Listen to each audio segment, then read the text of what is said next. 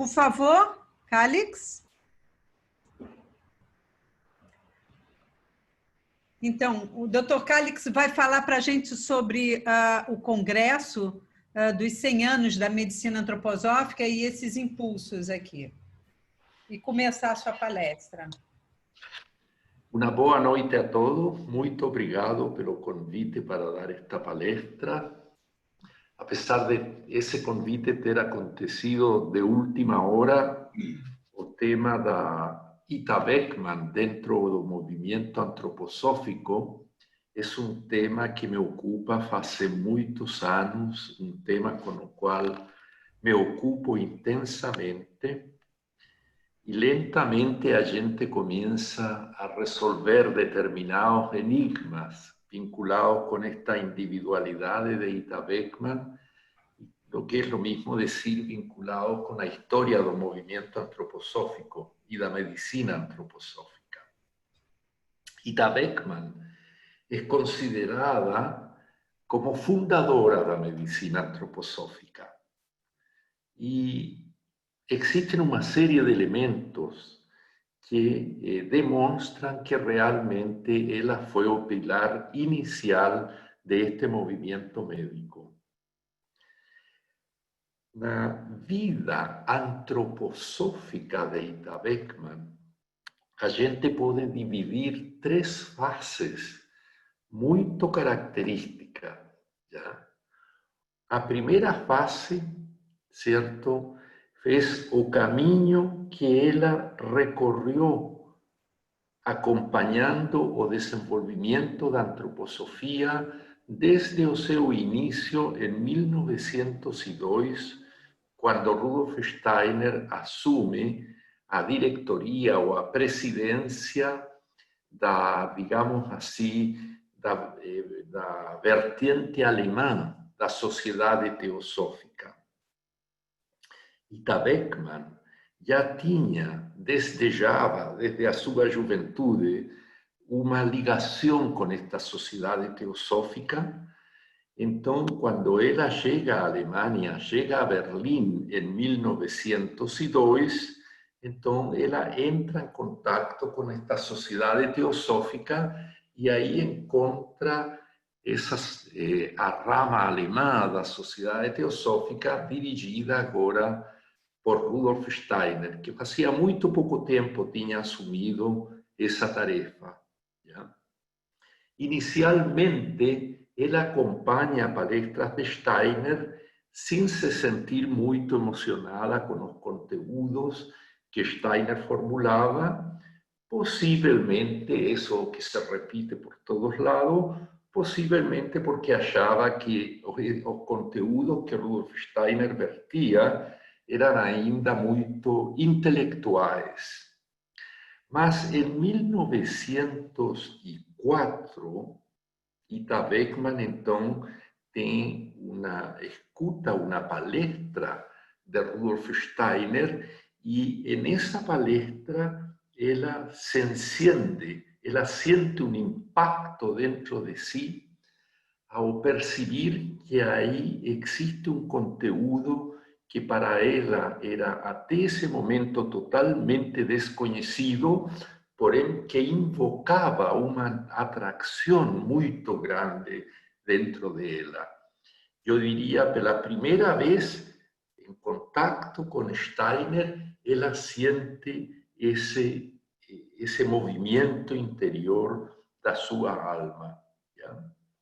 Em todo caso, nessa primeira fase em que ela acompanha o movimento da antroposofia, ela se envolveu realmente pouco com esse desenvolvimento. ¿Sí? E a gente pode considerar que essa fase dura até o momento em que ela funda a clínica dela em Arlesheim, o Instituto Clínico Terapêutico, no ano 1921. Desde esse momento, 1921, até o dia em que Rudolf Steiner cai doente,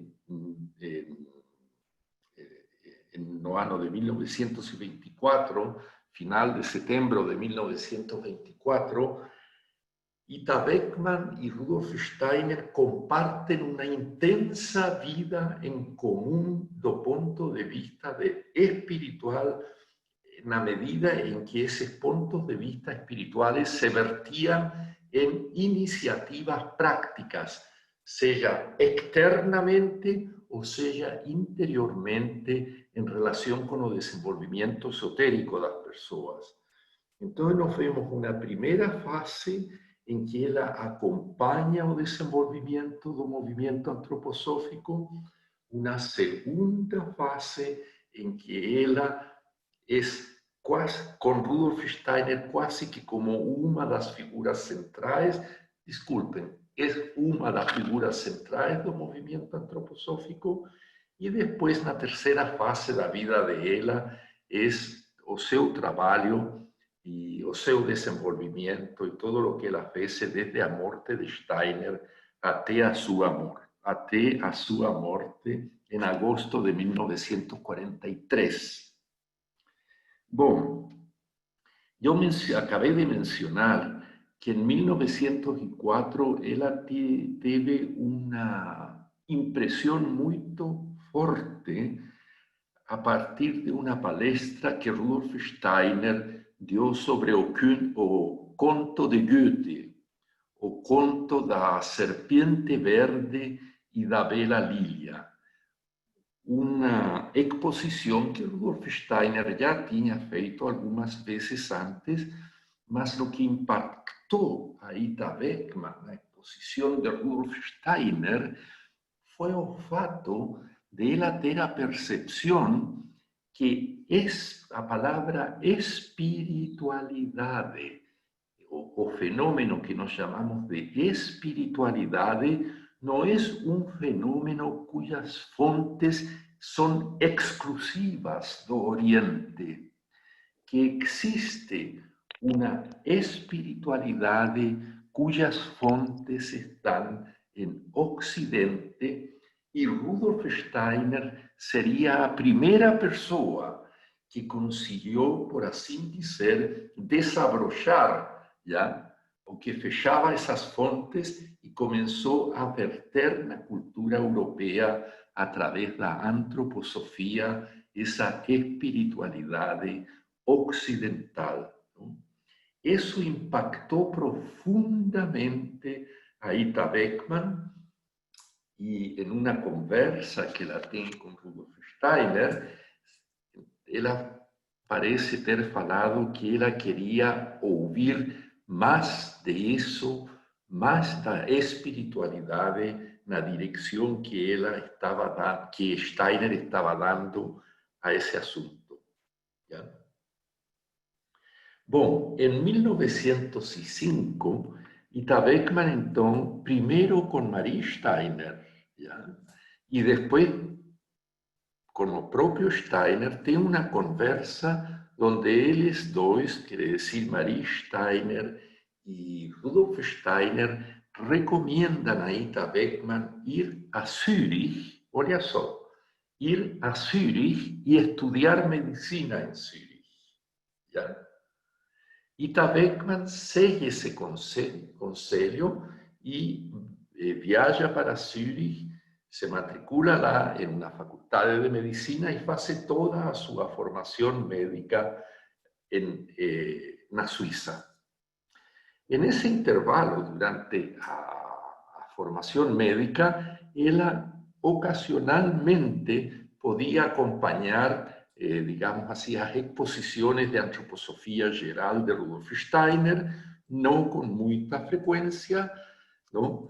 E em 1907, porém, ela viaja para München, já, onde teve lugar congresso da Sociedade Teosófica, congresso pouco conhecido historicamente, mas bastante dramático, porque já para todo esse universo de pessoas vinculadas com essa sociedade, se tornava cada vez mais claro que Rudolf Steiner seguia caminho totalmente diferente ao caminho que era tinha sido traçado pela sociedade teosófica.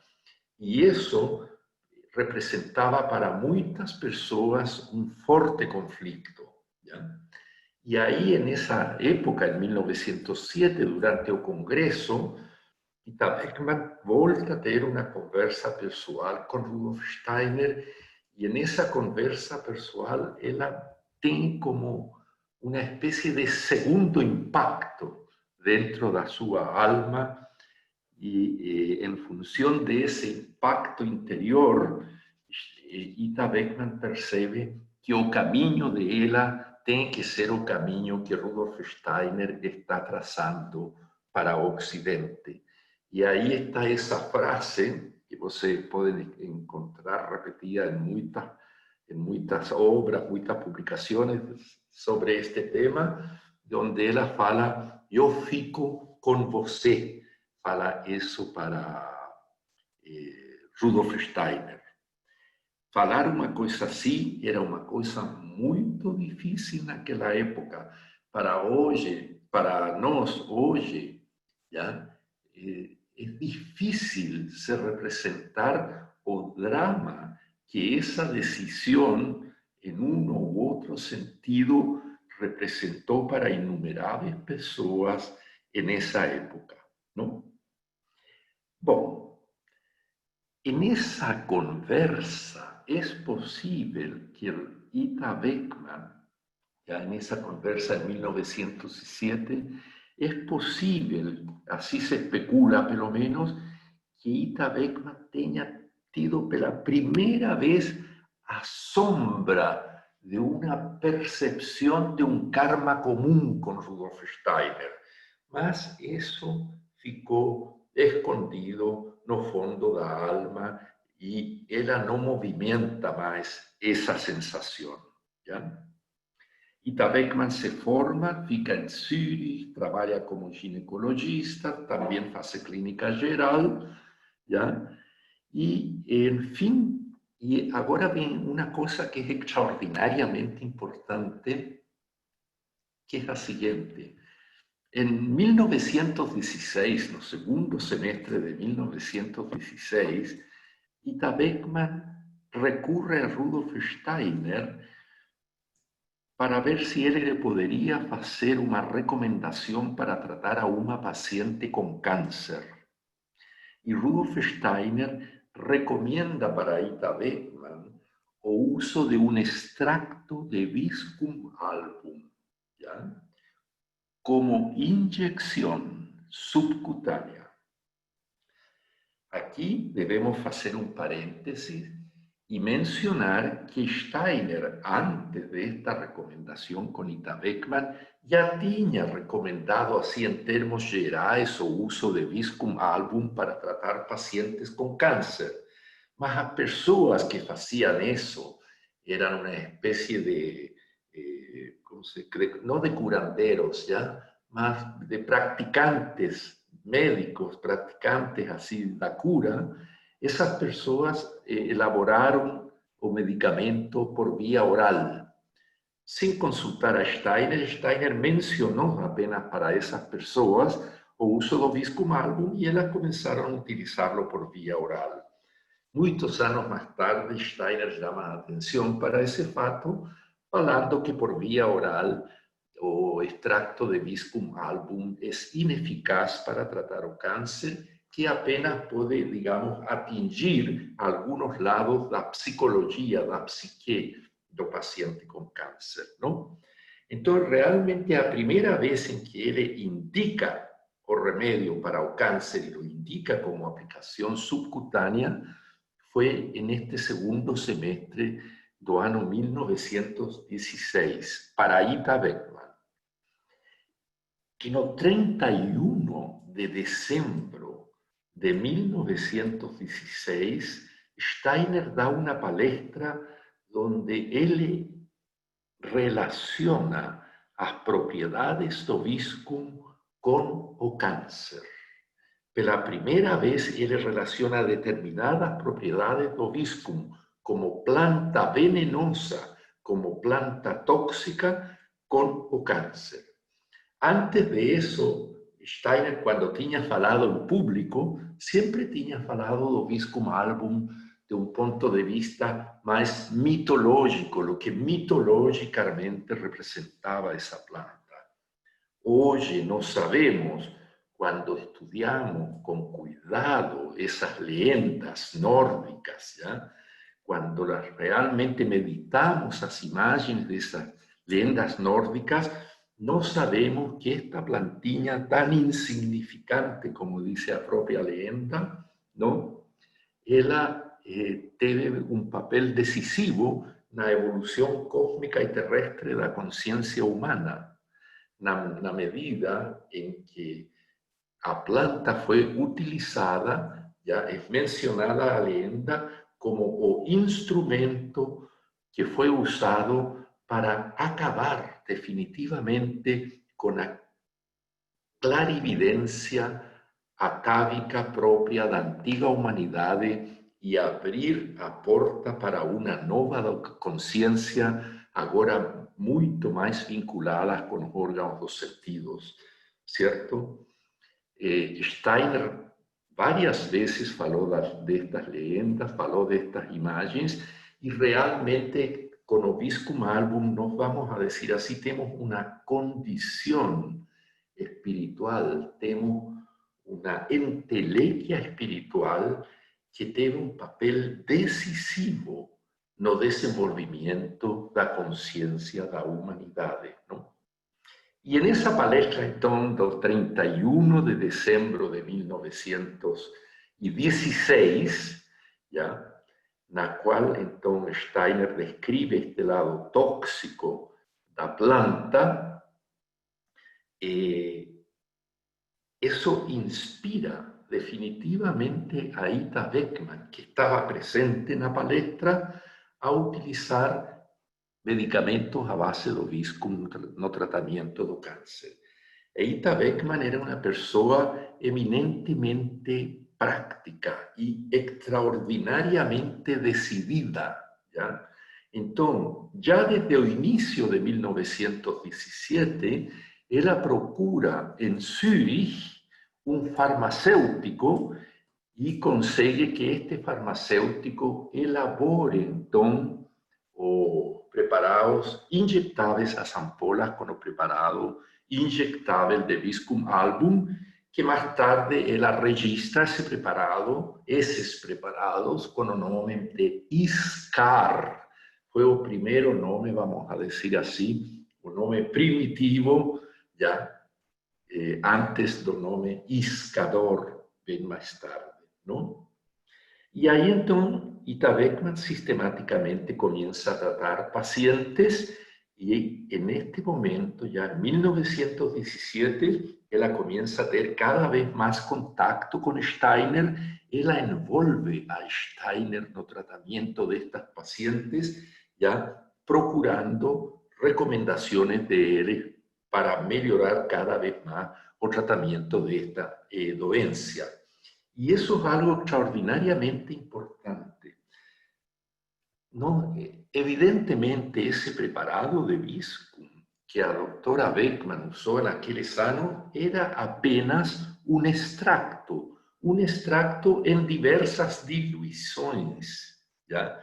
Não havia nenhum mistério farmacêutico. Se vocês pensam como hoje os preparados do Viscum no universo antroposófico são tratados farmacologicamente por procedimentos extraordinariamente complexos, ¿ya? ¿No? Inspirados pelo próprio Steiner mais tarde. Então, vocês veem que realmente era um início, mas era um início real. Aí estava a medicina antroposófica. E vejam bem, em 1920, ¿ya? Nós colocamos o início da medicina antroposófica oficialmente em 1920, porque nesse ano Rudolf Steiner, entre março e abril de 1920, Rudolf Steiner, então, dá esse ciclo de palestras Ciência Espiritual e Medicina, um ciclo de 20 palestras, onde realmente está colocado o fundamento, em todo sentido, os fundamentos da medicina antroposófica. Steiner no llega a ese ciclo de palestras simplesmente com as ideias e as imagens do que ele quer expor. Porém, durante esse ciclo de palestras, Steiner convida a doutora Beckmann a apresentar a primeira casuística de pacientes tratados, de pacientes de cáncer tratados con extractos de Viscum album.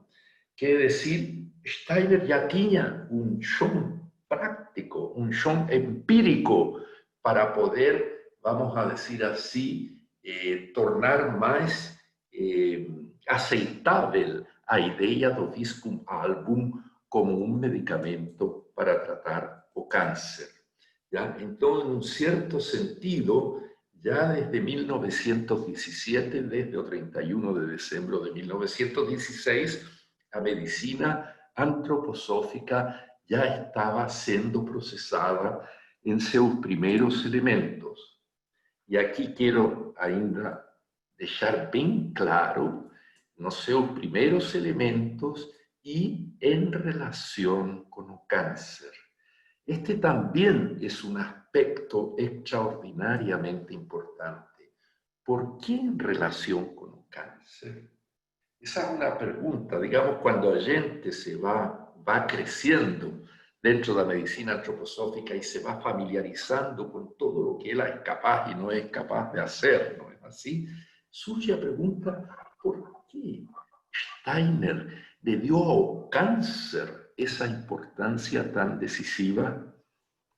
Y aquí yo tengo una, puedo decir así, es una sospecha personal, ¿ya?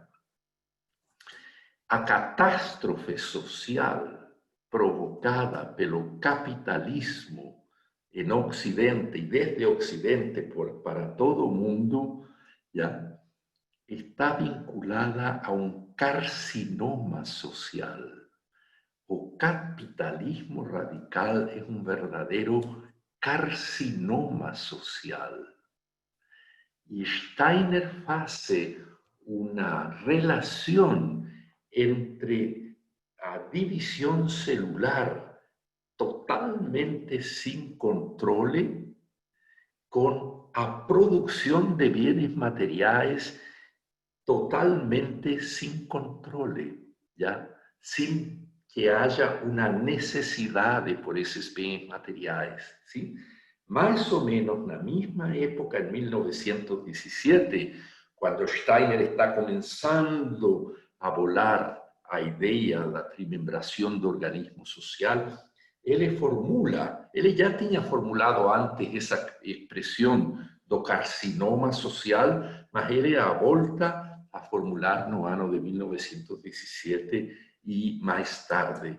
Entonces, tengo la impresión de que, de un punto de vista más arquetípico, existe alguna relación entre ese lado biológico médico y ese lado social, ¿no? Bom, y en 1921, entonces, aquí tengo un episodio interesante. En 1919, ya con el nacimiento de la pedagogía Waldorf, con o crecimiento de nuevas iniciativas dentro del movimiento antroposófico, Steiner, primero Marie Steiner y después Rudolf Steiner, convidan a Ita Beckmann a emigrar para Dornach y fundar ahí una casa de reposo, ¿ya? Para a revitalización, regeneración de las personas. E Ita Beckmann no acepta.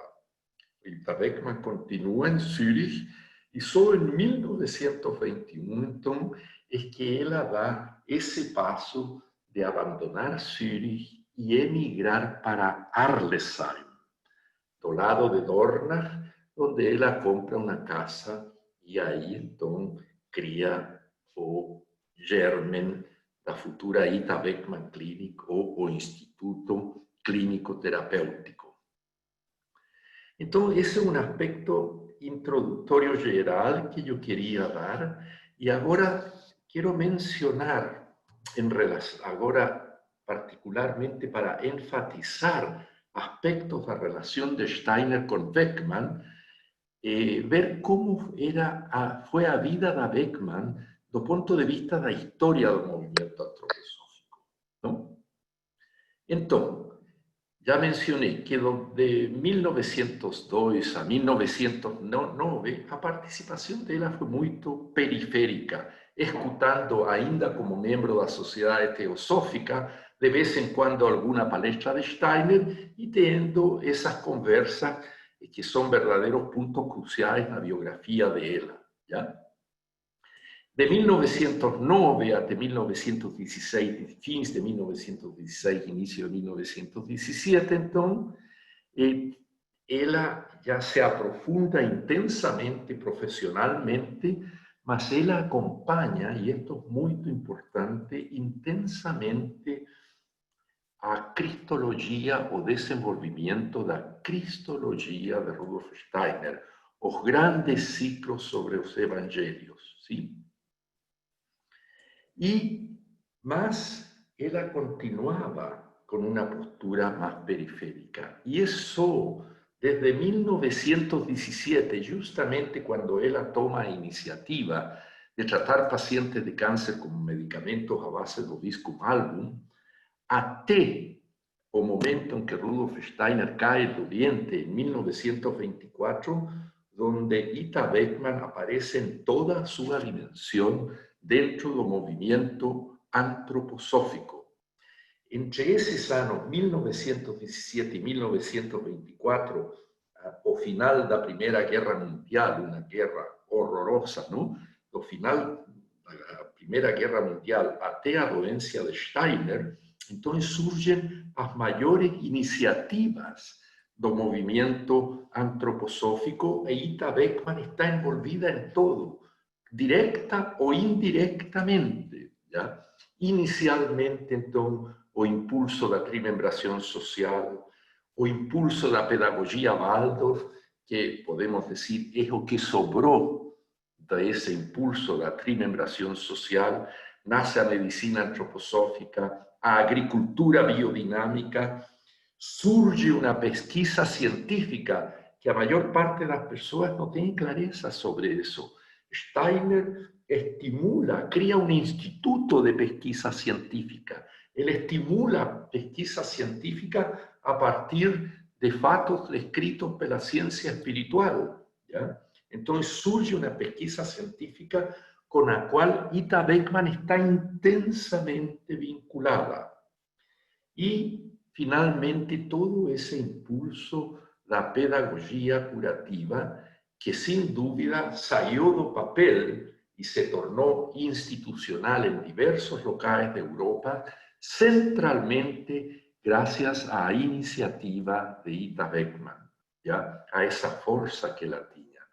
E esse curso de pedagogia curativa, nesse impulso da pedagogia curativa, nós podemos ver realmente a culminação da cristologia de Rudolf Steiner. A culminação do impulso crístico em Steiner está dentro desse curso de medicina curativa, desse curso, então, de educação curativa. ¿Ya?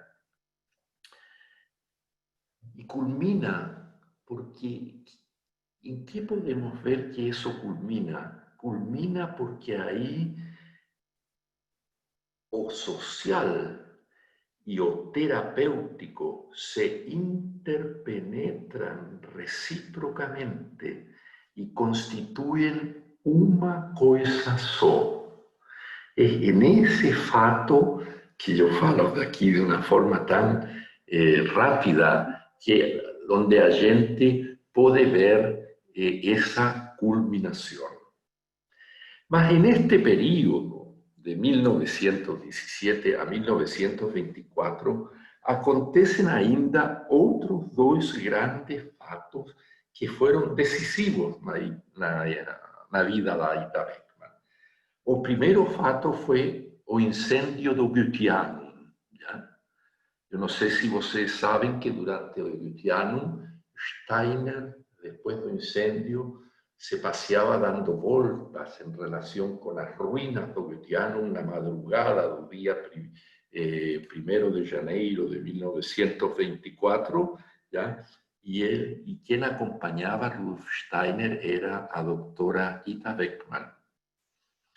En ese momento, Ita Beckmann, pelo impacto do incendio, como aconteceu com muitos membros, não só com Ita Beckmann, mas con Ita Beckmann con una singular potencia, en ella surge a intuición de que realmente ella tiene una ligación kármica con Rudolf Steiner y que lo que ella debe hacer es colocarse ao servicio das intenciones que Rudolf Steiner tiene. Eso surge con una voluntad totalmente determinada dentro de ella. Y esa sensación de formar parte, de tener una relación kármica con Rudolf Steiner, ¿no?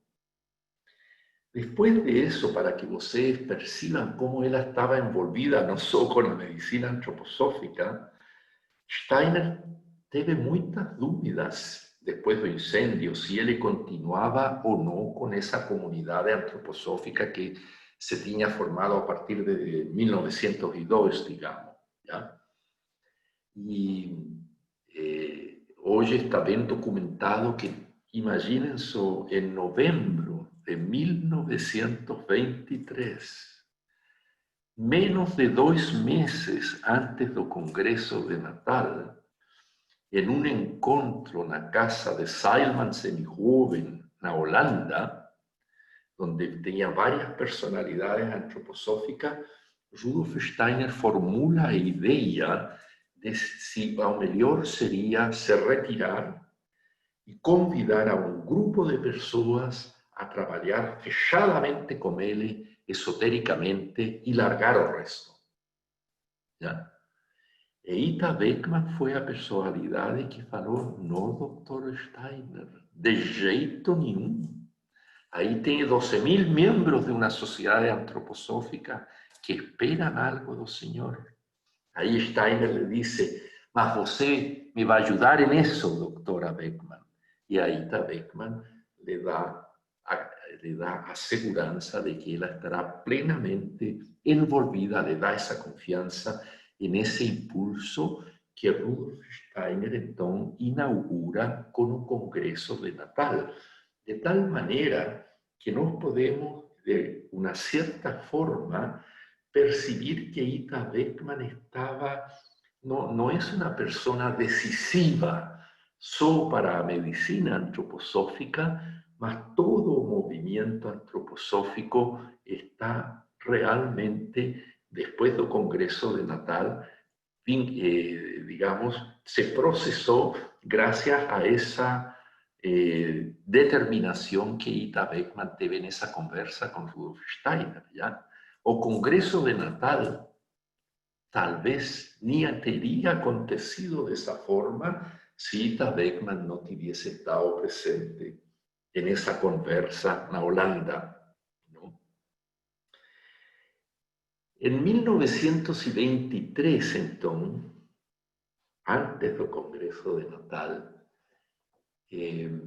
después del incendio do Goetheanum, entre el incendio do Goetheanum y el Congreso de Natal, Rudolf Steiner, en agosto de 1923, da un ciclo de palestras en Escocia, en Penmanmore, ¿ya? En agosto de 1923.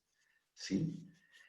Y ahí, nuevamente intensamente movimentada por seus conteúdos y nuevamente movimentada por esa sensación de tener un karma profundamente vinculado a Rudolf Steiner, Ita Beckmann entonces formula aquella pregunta que para todos nos hoy es decisiva, es la pregunta por la renovación de una medicina dos misterios. Esa pregunta fue para Rudolf Steiner de una importancia decisiva. En esa pregunta, Ita Beckmann entonces mostraba a confianza total y absoluta, o reconocimiento total y absoluto. En esa pregunta se expresaba ese reconocimiento total y absoluto de él a tener ese karma en común con Rudolf Steiner, ¿no? Y es así que después del Congreso de Natal, en 1924, en junio de 1924, durante el curso de agricultura biodinámica en Koberwitz, en Alemania, ¿ya? En ese día, 11 de junio de 1924, Rudolf Steiner entonces escribe una carta para Ita Beckmann, na qual ele revela para Beckmann as relaciones kármicas que existen entre ambos desde varios milenios antes de Cristo a través de las encarnaciones, ¿ya? Yo diría así, desde mucho antes, más desde 1923, desde ese reconocimiento que él tiene en Permanmore, en Escocia, comienza a surgir una interrelación entre Steiner y Beckmann, donde el elemento esotérico diariamente tiene un papel central no contacto entre ellos. Diariamente, no así esporádicamente, ¿ya? Es una vida intensa en común en torno de conteúdos espirituales que, como vocês muito bem sabem, son tan densos como los conteúdos físicos, ¿no es así? Es posible que uno de los documentos más notables de la historia del século XX sea justamente esa escolagem esotérica que Ita Beckmann fez ao lado de Rudolf Steiner, ¿no? Bom, eso es para mostrar un poco el lado antroposófico de la doctora Beckmann. Vamos a focar un poquinho agora o lado médico de esa relación, ¿ya? Na medida en que Ita Beckmann, entre los años 9 y 16, ¿ya?, se afirmaba dentro de su profesión como médica, obviamente en ella reverberaba intensamente aquella mensaje de Lucas no seu Evangelio. O Evangelio, los conteúdos del Evangelio segundo Lucas reverberaban intensamente, ¿ya?, en ese impulso curador de Ita Beckmann. Y eso es lo que más tarde Rudolf Steiner llegó a caracterizar en ese triplé de características que Ita Beckmann tenía, ¿ya?, y que él llama la voluntad de curar, la coragem de curar y a vontade do karma. Tres características, evidentemente, que infelizmente ainda están muy poco elaboradas dentro do nosso movimento antroposófico, no nosso dia a dia terapêutico. Muito pouco, eu diria, esas tres cosas son mencionadas nos nuestros cursos apenas como curiosidades, mas no conozco, ¿ya?, realmente no conozco ningún curso de medicina antroposófica en ningún local del mundo que alguna vez se tenga propuesto elaborar un programa para durante ese curso los estudiantes crecer un poco para dentro de esas características que Rudolf Steiner mencionaba para la doctora Beckmann. ¿Ya? Esas son las características que hacen que a pregunta central do médico, do terapeuta, está vinculada ao paciente.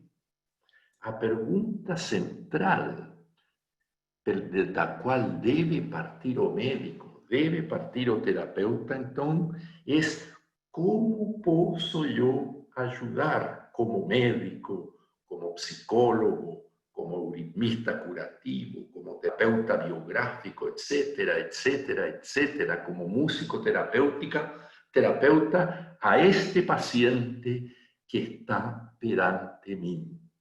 Esa pregunta es a base de todo, es lo que debe estar atrás de todo, no son de todo. Esa es la primera pregunta. Y después ven a pregunta pelo procedimiento terapéutico. ¿Ya? En Ita Beckmann era colosalmente fuerte a percepción de ese fato. ¿Ya? Y aquí yo me atrevo a formular lo siguiente.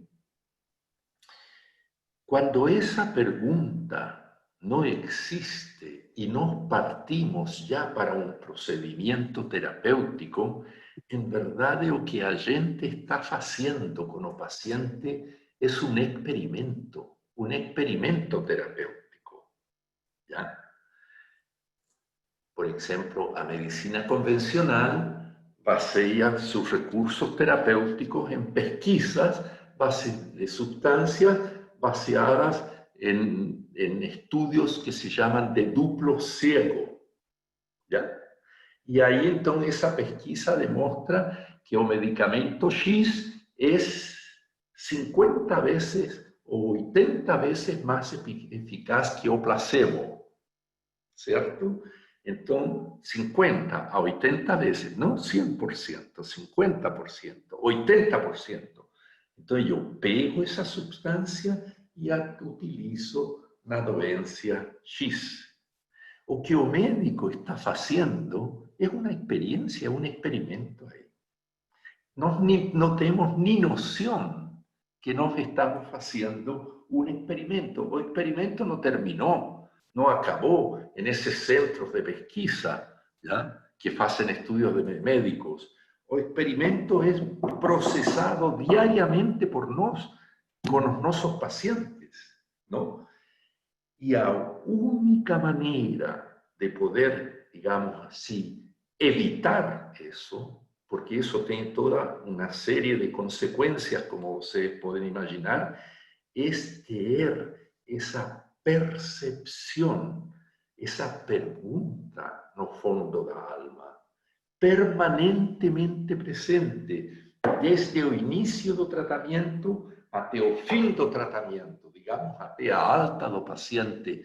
Nós temos que ter essa pergunta: como posso eu ajudar a este paciente? Estou eu ajudando a esse paciente? Sin eso, gente, es un experimento lo que estamos haciendo. Y lo que es peor es que ese experimento no precisa ser feito, no es feito solo con medicamentos que son frutos de un estudio randomizado. También son feitos con medicamentos utilizados individualmente. Cuando yo doy automáticamente en la medicina antroposófica un tal medicamento porque halló en otros pacientes, entonces voy a darlo para este paciente, sin que en ningún momento pase en mí a imagen de ese impulso de querer ayudar a la persona, también estoy haciendo un experimento. Y ahí, eso es una cosa que nos tenemos que tratar, comenzar a tratar, comenzar a, digamos así, a estudiar y comenzar a desenvolver un paradigma de formación que incluya esas tres características que eran las características que tenía Ita Beckmann, ¿no? A própria Ita Beckmann menciona duas coisas centrais para superar isso. Então, por um lado, essa percepção do paciente, ¿ya? Como acabei de mencionar, e pelo outro lado, a percepção espiritual dos procedimentos terapêuticos que estão sendo aplicados. Ela lo formula de una manera extraordinariamente clara. Gustaría de leer para ustedes eso.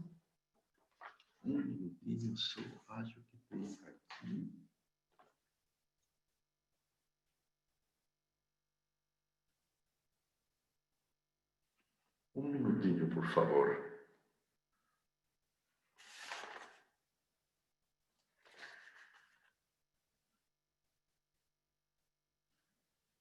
Bom, ela menciona o siguiente,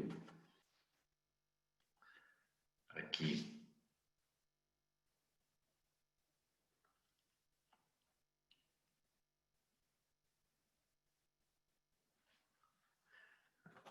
Ya voy a llegar a eso, me disculpan este hiato.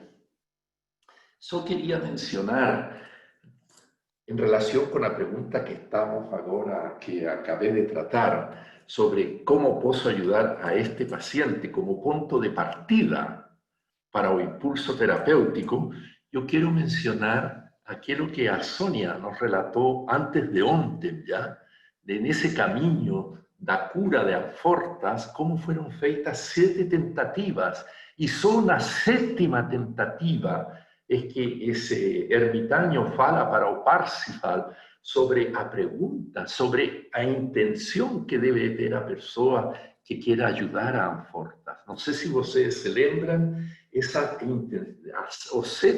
a 7ª tentativa era preguntar: ¿por qué sufres, meu Señor?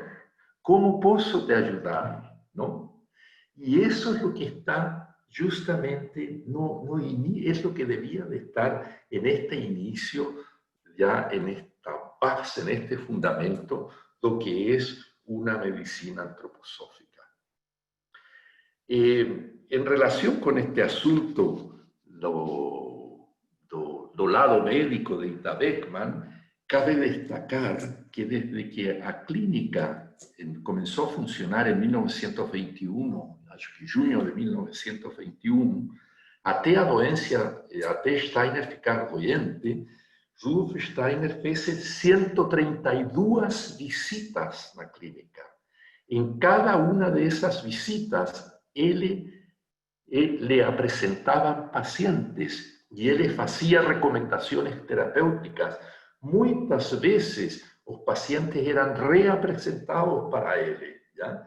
En muchas de esas visitas, Rudolf Steiner hacía recomendaciones esotéricas, daba meditaciones y meditaciones extraordinariamente maravillosas para los pacientes, para más diversas patologías, ¿no?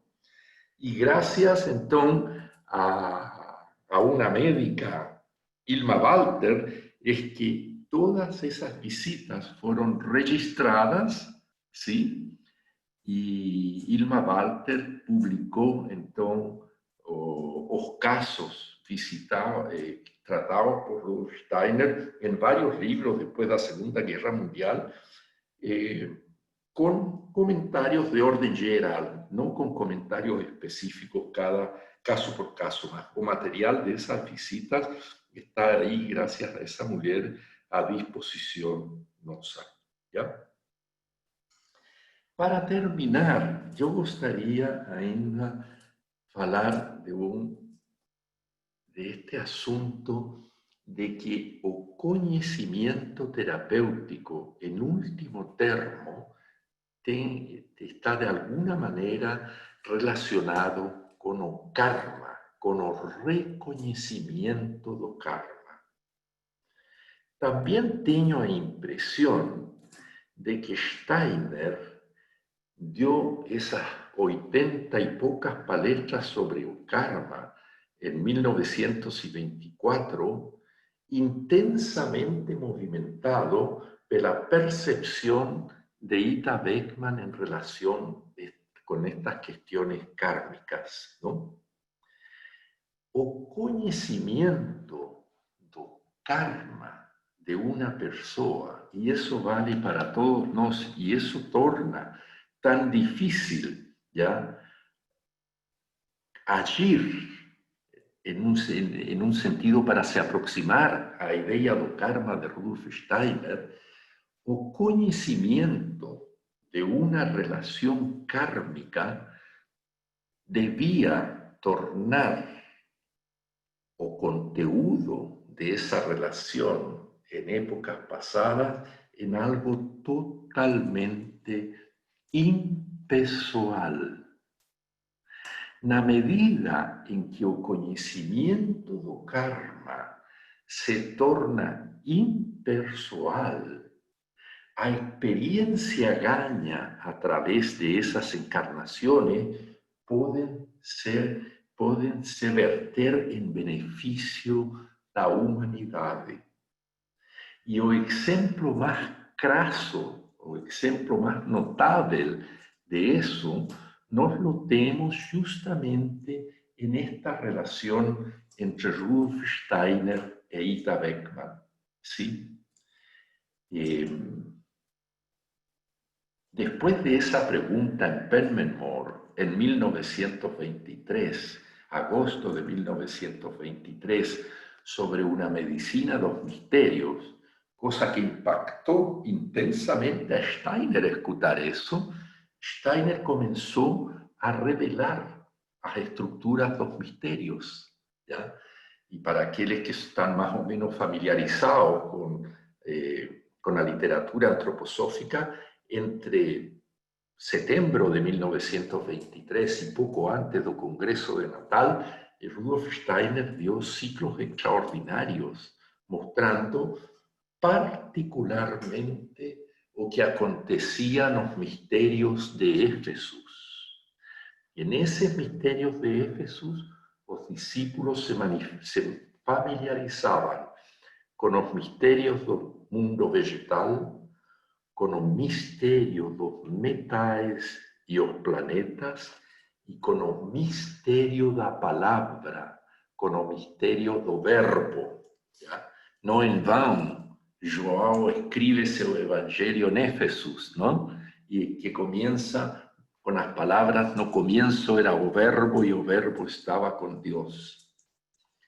Esse conhecimento, ¿ya?, en una persona que tenía sido iniciada o que tenía sido discípula en Éfeso, en una encarnación ulterior, cuando se revela una relación kármica, entre ella, como caso de Ida Beckmann y Rudolf Steiner, ese conocimiento de ser de un carácter de pessoal. Y es un conocimiento que se vierte en beneficio de toda la humanidad. Existen personas en el movimiento médico antroposófico que afirman que el germen de la medicina antroposófica está justamente en ese centro de misterios en Éfeso, ¿no?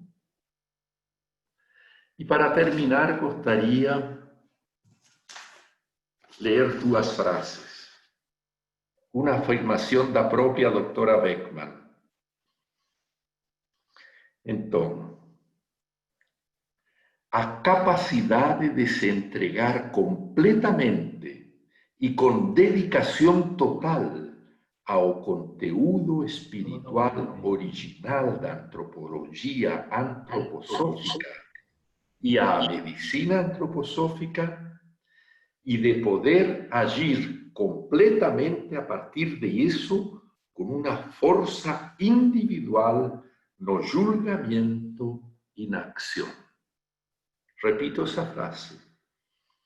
La capacidad de se entregar completamente y con dedicación absoluta ao conteúdo espiritual original da antropología antroposófica y da medicina antroposófica, y de poder agir completamente a partir de eso con una fuerza individual do julgamento y na acción. Y ahora un comentario sobre a doutora Beckmann de otra persona. Seu agir médico no se limitaba a la prescripción de medicamentos. Se tomaba como ayuda todos os elementos da natureza e seu ser inteiro de ela agia na cura. ¿Ya? E aí tem as histórias que se contam sobre casos em que, para vitalizar pacientes extraordinariamente desgastados, os pacientes eram levados ao jardim da clínica que me imagino que naquela época era ainda muito mais vital do que hoje, não? E ele era literalmente apoiado, sentado de tal maneira que ele pudesse se recostar assim contra o tronco de uma árvore. E nesse contato com o tronco da árvore, o paciente poderia ganhar um fortalecimento das forças vitais debilitadas nele, não? Ou isso que ela pedia para seus assistentes, pegar os pacientes na primavera, quando estavam nesses prados floridos, maravilhosos, e levá-los e passear por meio desses prados. Por quê? Porque através dos sentidos, penetram na organização humana forças etéricas que podem regenerar o corpo etérico de pessoas enfraquecidas, não? Duas características assim, ou seja, dois comentários que revelam intensamente o caráter desta pessoa. Mas, repito, para terminar, tenho a sensação de que nós estamos fazendo algo que precisa ser completado. E completado com quê? Aquilo que Steiner chamava de coragem, de vontade de curar, de vontade de karma. Isso é algo que a gente deve começar, de alguma maneira, a elaborar dentro dos nossos cursos de formação em medicina antroposófica. Muito obrigado.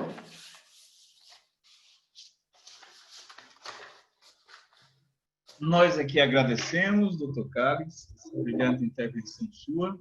Já recebemos aqui comentários acerca do seu entusiasmo com esse tema, e nós que conhecemos o senhor há mais tempo sabemos, né, da dedicação que tem com esse tema e com a medicina antroposófica, e gostaríamos de agradecer muito a sua participação, né, a pronta disposição de participar deste evento, e vamos agora dar sequência.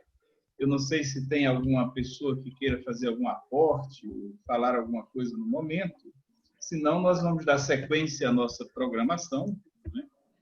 E em algum momento eu vou ler um e-mail.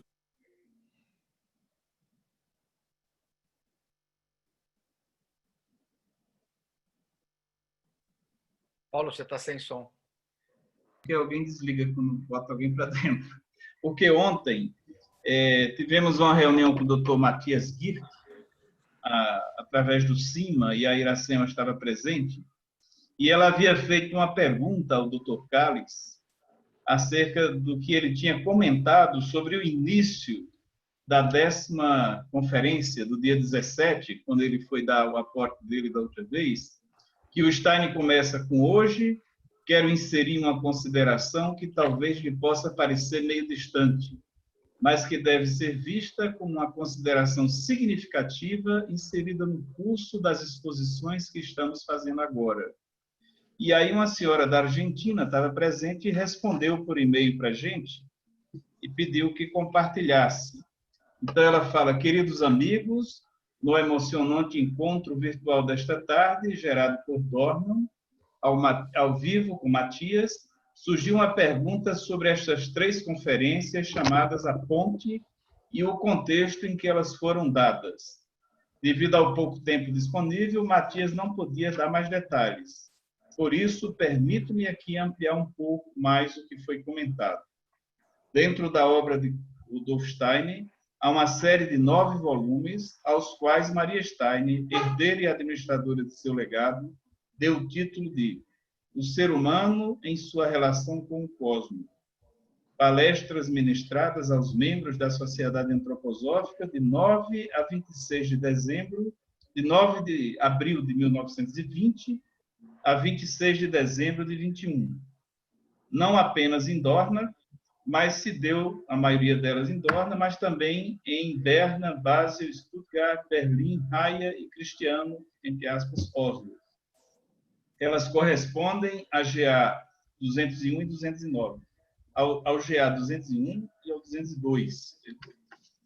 Foi neste momento, neste mesmo ano, em 1929, que Rudolf Steiner ministrou o primeiro curso para médicos em abril, GA 312, e as palestras intituladas Fisiologia e Terapia baseadas na Ciência Espiritual, que inclui a psiquiatria e também a higiene, a GA 314. Eu gostaria que os amigos desligassem os microfones, está dando muita microfonia, por favor. Na GA 201, ele trata de correlações entre o microcosmo e o macrocosmos, o ser humano, um hieróglifo do universo. Na próxima, a 202, é intitulada A Ponte entre a Espiritualidade no Mundo e o Físico do Ser Humano. A busca pela nova Isis, a nova Sofia. São 16 palestras ministradas entre 26 de novembro e 26 de dezembro.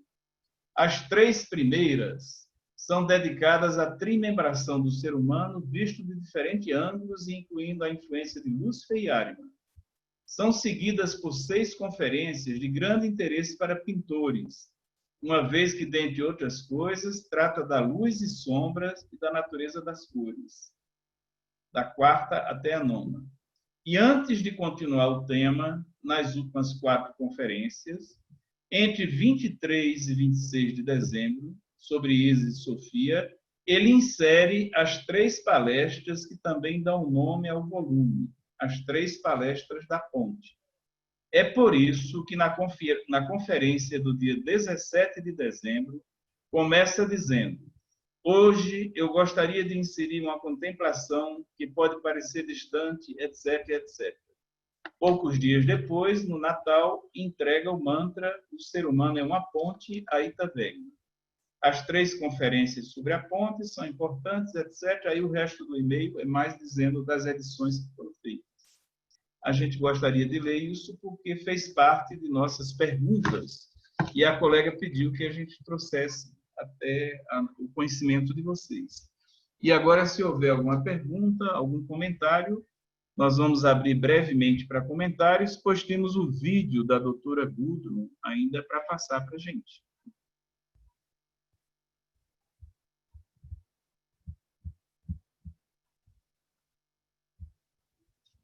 Luciana, acho que podemos ir para os vídeos, então. Tem uma pergunta da Tereza Cristina. Há uma relação kármica entre paciente e terapeuta. Como realizar nosso trabalho terapêutico com as restrições de tempo e custo? O próprio fato do paciente ter que dispor de valores que muitas vezes lhe são excessivos não dificulta esse encontro, essa troca, doação?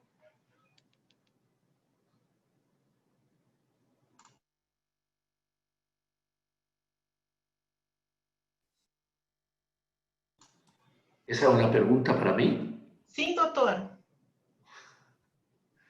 Bom, esse é o problema. Nós temos um problema social de considerável importância dentro da medicina antroposófica. Evidentemente que a nossa limitação em relação ao que eu acabei de mencionar não está vinculada só com uma má ou boa intenção da gente, mas está vinculada com a forma que nós temos de trabalhar socialmente dentro da medicina antroposófica. Esse é um capítulo de por sí que alguma vez também vai ter que ser examinado exaustivamente conosco para poder sair disso. Nós podemos, por exemplo, as terapias antroposóficas, praticamente não podemos receitarlas, porque não existe recurso financeiro capaz de financiar todo. Como nós podemos criar um sistema que sustente uma medicina antroposófica com todos os seus recursos para o paciente? Esse é um outro assunto a ser discutido alguma vez entre nós. Obrigada, doutor Calix. Eu agradeço, não temos mais perguntas, já são 8h46, nós vamos passar o vídeo, vou compartilhar o vídeo que a doutora